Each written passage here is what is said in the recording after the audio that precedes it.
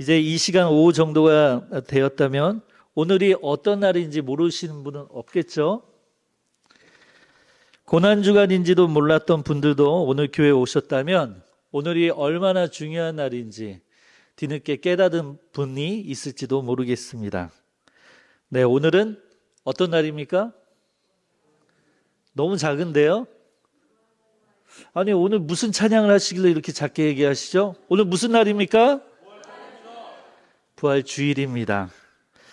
오늘 이 기쁜 소식 우리 가까이 옆에 있는 분에게 먼저 전하지요. 예수님이 부활하셨습니다. 인사하겠습니다. 예수님이 부활하셨습니다. 네, 우리 중에 다급하게 이런 말 하시는 분이 있을지 모르겠습니다. 목사님, 예수님이 또 부활하셨다고요? 부활은 정말 놀라운 일입니다. 매년 절기로 지키는 이유가 있습니다. 요한복음 1장 5절의 말씀, 빛이 어둠에 비치되 어둠이 깨닫지 못하더라. 여기서 어둠은 사단입니다. 빛은 예수님이시죠. 어둠을 지배하는 사단은 십자가에서 예수님의 죽음을 간절히 원했습니다. 사람들의 마음에 들어가 조종하고 예수님의 없는 죄를 만들고 사형에 이르면 자신이 이긴다고 생각한 것이 사단이었습니다. 오바댜 1장 21절의 말씀을 보십시오. 구원받은 자들이 시온산에 올라와서 에서의 산을 심판하리니 나라가 여호와께 속하리라. 아멘. 하지만 성부, 성자, 성령 한 분의 하나님께서는 이미 이 땅에 예수님이 육신으로 오시기 전부터 인류를 죽음으로부터 구원할 계획을 세우셨습니다. 정확히 말하면 죄를 지은 인간이 하나님 곧 자신의 진노의 잔으로부터 구원하실 계획을 삼위일체 되신 하나님께서 계획하셨습니다. 이 모든 일을 스스로 하신 것이죠. 그러니 사단이 그 부활의 자리에 구원의 계획에 낄 자리가 결코 없습니다. 오직 구원의 역사는 하나님이 이루신 것입니다.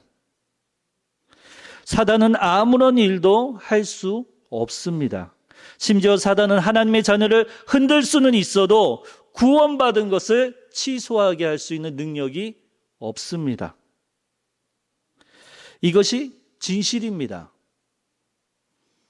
우리가 두려워할 것은 그러므로 사단이 아니라 죄로 인하여 나를 심판하실 하나님을 두려워하는 것, 그것이 하나님의 구원입니다.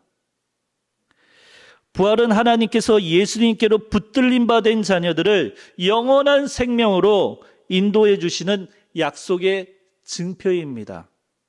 그러므로 부활은 성도인 우리에게 신앙의 중심이 되는 중요한 하나님께서 홀로 이루신 구원의 역사이자 영생의 증표인 겁니다. 하지만 오늘 말씀에 보면 그 부활의 증거를 부정하는 자들이 고린도 지역에 있는 것을 보게 됩니다. 바울은 그런 자들의 영향력이 교회 안에 성도들에게도 영향을 미칠 수 있기 때문에 이것을 강력하게 파하는 말씀을 선포하고 있죠. 부활의 확실성을 강력하게 증거하고 있습니다. 고린도전서 역사적 배경에 고린도는 어떤 지역입니까? 고린도는요, 그리스 로마 문화의 중심지, 철학이 꽃을 피운 지역이었어요. 철학이 꽃을 피운 지역. 그런 철학의 영향 아래 예수님의 부활을 그들은 받아들이기가 어려웠습니다. 왜냐하면 플라톤주의의 영향을 보면 영혼의 불멸은 받아들였지만 육체의 부활은 불가능하다고 했습니다. 예수님이 부활하실 때 어떻게 부활하셨습니까? 육체로 부활하셨잖아요. 물고기도 제자들과 함께 드셨잖아요. 바울은 15장 전체를 통해 이런 오해를 바로잡습니다. 그는 먼저 부활의 역사적 사실을 확실하게 논증해 가면서 나아갑니다. 예수님의 부활은 성경의 예언을 성취한 일이며 베드로와 12제자 500명이 넘는 증인들 그리고 이 말씀을 증거하는 바울 자신도 경험한 확증된 역사적 사실이라고 선포하고 있습니다. 바울은 부활이 상상의 산물이 아닌 역사적 사실이라는 것을 강력히 증거하는 겁니다. 바울은 부활을 의심하는 자들에게 이렇게 시작하며 논증합니다. 5가지를 두는데요. 첫 번째, 우리의 선포하는 것은 다 헛것입니다. 이렇게 열심히 목회자들이 복음을 증거하며 선포하며 설교하는 것이 헛것입니다. 부활이 없다면 복음의 핵심이 거짓인데 무슨 의미가 있겠습니까? 둘째, 우리의 믿음은 헛것입니다. 죽은 자를 살리지 못하는 신이 어떻게 참 신이라 할 수 있습니까? 셋째, 우리는 하나님의 거짓 증인입니다. 부활을 전하는 모든 사도와 성도는 하나님의 뜻을 거스른 거짓말쟁이죠. 넷째, 우리는 여전히 죄 가운데 있게 됩니다. 이게 정말 무서운 일이에요. 부활은 그리스도의 속죄가 하나님께 받아들여졌음을 증명합니다. 부활이 없다면 속죄도 없는 겁니다. 다섯째, 죽은 자들은 멸망했습니다. 우리가 기억하고 있는 우리 사랑하는 아버지, 어머니 신앙을 그렇게 지키며 이미 잠들어 있는 모든 성도님들의 죽음은 끝난 겁니다. 부활이 없다면 죽은 성도들에 대한 소망이 어디 있겠습니까? 오늘 특별 찬양이 있는 날이죠. 6째는 제가 한번 추가해 봤어요. 부활이 없다면 오늘 임마누엘의 특별 찬양도 의미가 없는 일입니다. 바울은 이 모든 결과를 종합하여 19절에서 결론을 내리죠. 만일 그리스도 안에서 우리가 바라는 것이 다만 이 세상의 삶뿐이면 모든 사람 가운데 우리가 더 불쌍한 자이리라. 불쌍한 자, 가장 불쌍하다, 가장 동정받을 만한 사람이다. 그리스도인들은 헬라의 철학 영향 아래 있지 않고 부활의 신앙 가운데 이 땅에서의 즐거움을 포기하였습니다. 그리스도인들이 그 고린도 지역에 살면서 헬라 철학 영향 아래 있는 사람들은 먹자, 마시자, 즐기자를 주장하였을 때 그것을 거부하고 그리스도인들은 부활 신앙을 지키기 위해 이 땅에서의 즐거움을 포기하였습니다. 그들은 먹고 마시는 일에 열중하지 않았고 그들의 신앙을 굴복하게끔 하는 어떤 박해에도 목숨을 해하는 일에도 부활 신앙만을 지켰습니다. 왜냐하면 이 땅에서의 죽음이 끝이 아니란 것을 실제로 믿었기 때문입니다. 그러니 죽음이 두렵지 않습니다. 이 땅에서의 삶을 즐기는 것이 중요한 일이 되지 않습니다. 종국에는 영원한 하나님의 나라에 이를 것이라는 소망, 영생의 약속이 그들 가운데 신앙 가운데 살아 숨쉬었기 때문에 그렇습니다. 우리의 신앙의 중심은, 나의 신앙의 중심은 부활이 어떤 역할을 하고 있습니까? 부활이 어떤 힘을 나에게 발휘하고 있습니까? 예수님의 부활이 나에게 어떤 의미가 있습니까? 나로 하여금 그리스도인의 신분을 이루고 정체성을 이루고 세상 가운데 그리스도인이 아닌 사람들과 어울리며 살아가며 이 부활의 신앙이 어떤 역할을 하고 있습니까?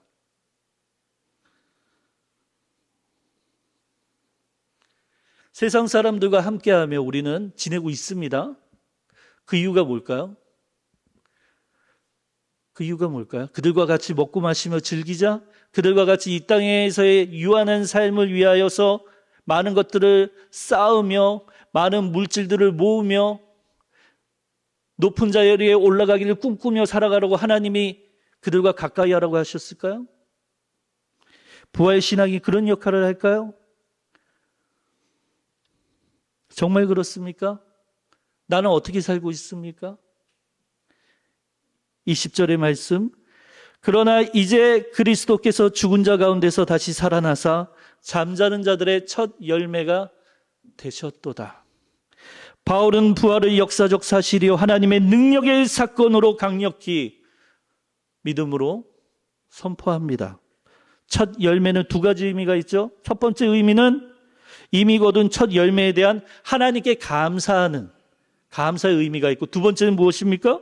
앞으로 더 많은 수확을, 앞으로 더 많은 것들을 하나님이 우리에게 베풀어 주실 것이라는 약속이자 보증이 첫 열매의 의미 안에 있습니다.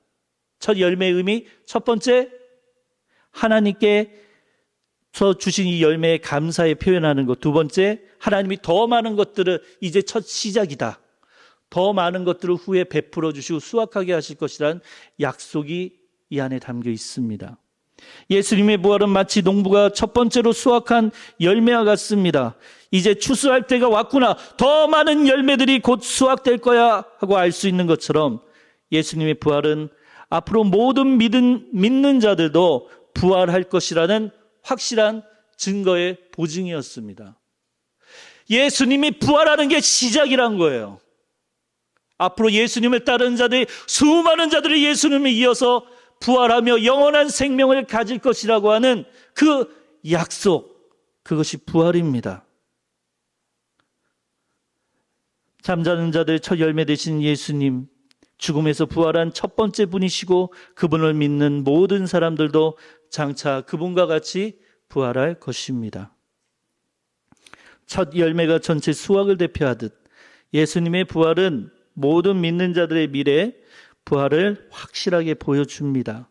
21절에서 22절, 사망이 한 사람으로 말미암았으니 죽은 자의 부활도 한 사람으로 말미암는도다. 아담 안에서 모든 사람이 죽은 것 같이 그리스도 안에서 모든 사람이, 첫 열매 되시는 부활하신 그리스도 안에서 모든 사람이 삶을, 영원한 생명을 얻으리라.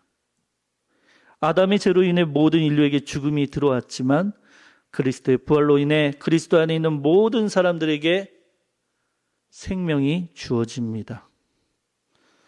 예수님의 부활은 인류 역사의 방향을 죽음에서 생명으로, 죄와 죽음에서 죄를 대속하시고 속량하시고 영원한 생명으로 바꾸어 놓았습니다.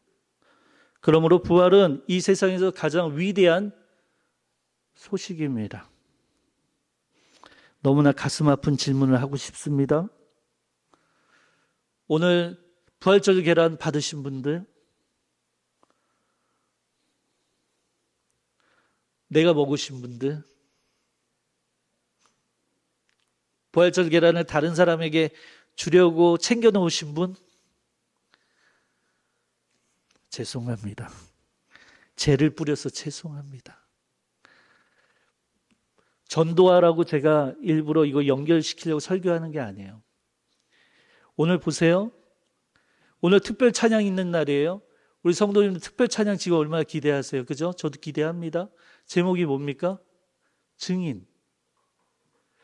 부활 신앙은 무엇을 남깁니까? 증인을 남기는 거예요. 사도들이 어떻게 부활을 증거했습니까? 예수님의 부활을 직접 본 거예요. 증인이 된 거예요. 예수님은 왜 보이셨을까요? 증거하라고. 증거하라고. 누구에게 증거하라고? 세상에 외치라고. 예수님이 부활하셨다고. 우리는 왜 계란을 나눠주는 전통을 갖게 되었습니까? 나눠주라고. 이웃에게 전하라고. 근데 어느 순간부터 계란은요, 교회 안에서만 소비됩니다. 우리가 먹고 끝나는 거야. 부활이라는 소식도 마찬가지입니다. 하나님을 열심히 부활을 기뻐하며 찬양하고 하나님께 기도하고 예배드리지만 부활절이 끝나면 끝입니다. 부활의 이 소식에 증인된 삶을 살지 않습니다.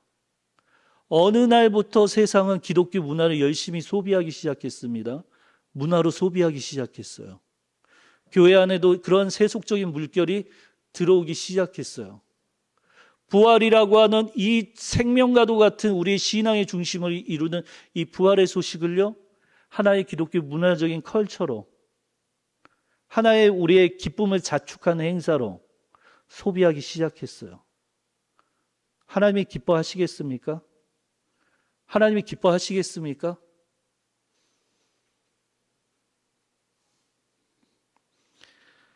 찬물을 끼얹는 일이 너무나 미안한 마음도 들지만 이 강대성에서 할 말은 해야겠습니다. 전도 축제는요, 기가 막히게 부활절하고 맞는 거예요. 억지로 만든 행사가 아닙니다. 오늘 부활의 기쁨을 누리십시오. 부활을 노래하십시오. 부활의 신앙을 받은 거 하나님께 감사하십시오. 열렬히 예수님을 사랑하십시오. 사모하십시오. 성령에 감동되어 찬양하십시오. 그리고 증거하세요. 그리고 증거하세요. 그리고 내가 사랑한다고 하는 내 사랑하는 가족에게, 사랑하는 지인들에게 그 관계가 무너질까 봐, 마음을 불편하게 할까 봐 전하지 아니하였던 것을 전하세요. 그리고 손을 붙잡고 오세요. 손을 붙잡고 오세요. 이 영원한 생명을 나만 소유하라고 우리를 증인으로 우리에게 보여주신 게 아니에요. 예수님은. 이 자리에서 예수님 못 만나신 분,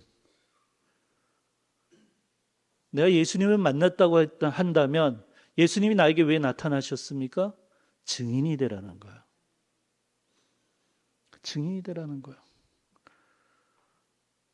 전도축제는 누구 한 사람에 의해서 만들어진, 잘 기획되어진 프로그램으로 전락된다 그러면 이거는 하나님이 기뻐하신 일이 아닙니다. 교회의 모든 장치는 은혜의 장치예요. 우리 성도님들이 이 깊은 의미를 깨닫고 참여하라는 거예요. 부활을 나만의 문화 컬처로 소비하지 마십시오. 이 부활을 증거하십시오. 그리고 오늘 이 예배를 이 설교 이후에 무겁게 받아들이지 마시고 기쁨으로 찬양하십시오. 담대히 선포하세요. 담대히 전하세요. 구원은 우리가 이루는 게 아닙니다. 전도의 결실은 우리가 이루는 게 아니에요. 누가 이루세요? 하나님께서 이루시는 겁니다. 하나님은 전도의 미련한 방법으로 선포라는 방식을 통해 하나님의 능력이 그 복음 속에 나타나게끔 역사하세요. 그것은 우리의 능력이 아니에요. 하나님을 의지하십시오. 하나님의 열렬히 의지하십시오. 하나님의 증인으로 사십시오. 기도하겠습니다. 부활의 주님, 오늘 저희에게 부활의 능력과 소망을 새롭게 하여 주심을 감사드립니다. 저희가 부활의 증인으로 살아가게 도와주옵소서. 우리가 복음을 전하는 것에 세상을 두려워하지 않게 하여 주시고 하나님의 진노의 잔 아래 가운데 멸망 아래 놓여진 인류의 사실에 두려움을 느끼고 한 명이라도 구원하기 위해 내 사랑하는 자녀들에게, 배우자에게, 사랑하는 친인척에게, 지인에게 이 부활의 소식을 증거하는 삶을 살게 하여 주옵소서. 이 모든 말씀 저희를 죄와 죽음으로부터 구원하여 주신 예수님의 이름으로 기도합니다. 아멘.